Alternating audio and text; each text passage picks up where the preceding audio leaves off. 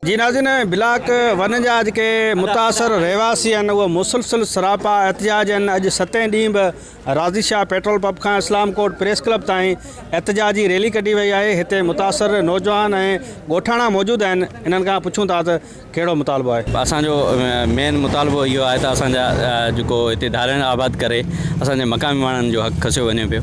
हिते 3-4 ॻोठ आहिनि जेको मुतासिर थियनि पिया, भावेश तड़, वरवाई, तेलवाईओ, खारी गुलाम शाह ऐं ॿिया आसे पासे जा आहिनि।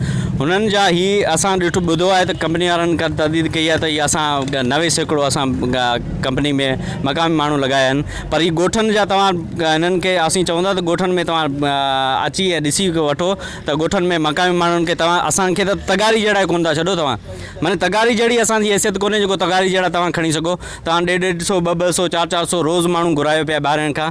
हुनजे करे असांजो मेन मुतालबो वॾो त इहो आहे तगारी वारी अञा ई नौकिरी ॾेई छॾंदा। पर ही नौजवान जेको डिग्री याफ़्ता हिते वेठा आहिनि, जेको तव्हांजे करे चवंदो त हिते रोशन पाकिस्तान कंदासीं, थर के पाकिस्तान जहिड़ो कंदासीं, रोशन कंदासीं। हीअ त तव्हां असांजूं चिमनियूं बि खणी पिया वञो, राष्ट्रीय रोशन किथां कंदा, लाइट बि खणी पिया वञो। पुरअमन जदोजहद 7 ॾींहंनि खां शुरू आहे। असांजो मुतालबा इहे न त थरियुनि खे जेको हक़ आहे उहो फ़बियो पियो वञे। ब्लाक वन जे मुतासिर ॻोठ खारी गुलाम शाह उन्हनि खे का वाज़ह पॉलिसी न जोड़ी वई आहे, न उन्हनि खे बुनियादी मसइला हल कया आहिनि, न उन्हनि खे का नौकरी वग़ैरह ॾिनी वई आहे। थरकोल ब्लाक वन जूं ते कमु कंदड़ कंपनियूं आहिनि, उन्हनि जूं सरासर शुरू खां वठी इहो नाइंसाफ़ियूं रहियूं आहिनि।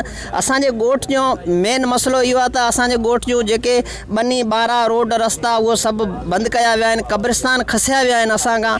असांजे ॻोठ जे माण्हुनि जो रोज़गार खसियो वियो आहे त जेके बि असां हाणे उहो जेके बेरोज़गार थिया आहिनि उन्हनि उहो कहिड़ो कमु कनि जेको बनी ॿारो कंदा हुआ। सो इन ई करे असांजो मेन मुतालबो इहो आहे त असांजे ॻोठ जा जेके मुतासिरीन आहिनि ऐं मेन मकानी जेके आहिनि उहो मुतासिरीन उहो असांजे ॻोठ जा आहिनि। मकान असांजे ॻोठ जो आहे। ब्लाक वन जेको माइनिंग थिए पई उहो असांजो ॻोठ आहे, उहो मकान असांजो आहे।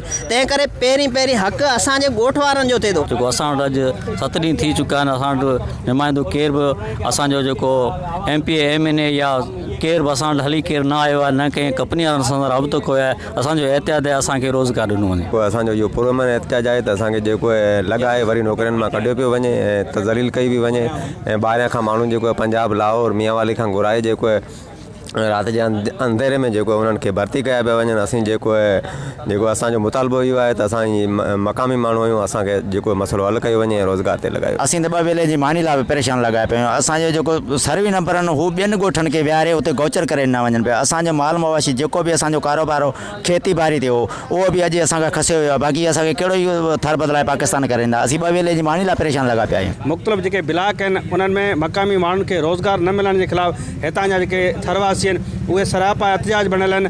ऐं सुभाणे सम्झो वॾो वज़ीर सैयद मुराद अली शाह नंगर पार्कर पहुचे पियो, इस्लाम कोट जो दौरो बि थियल आहे।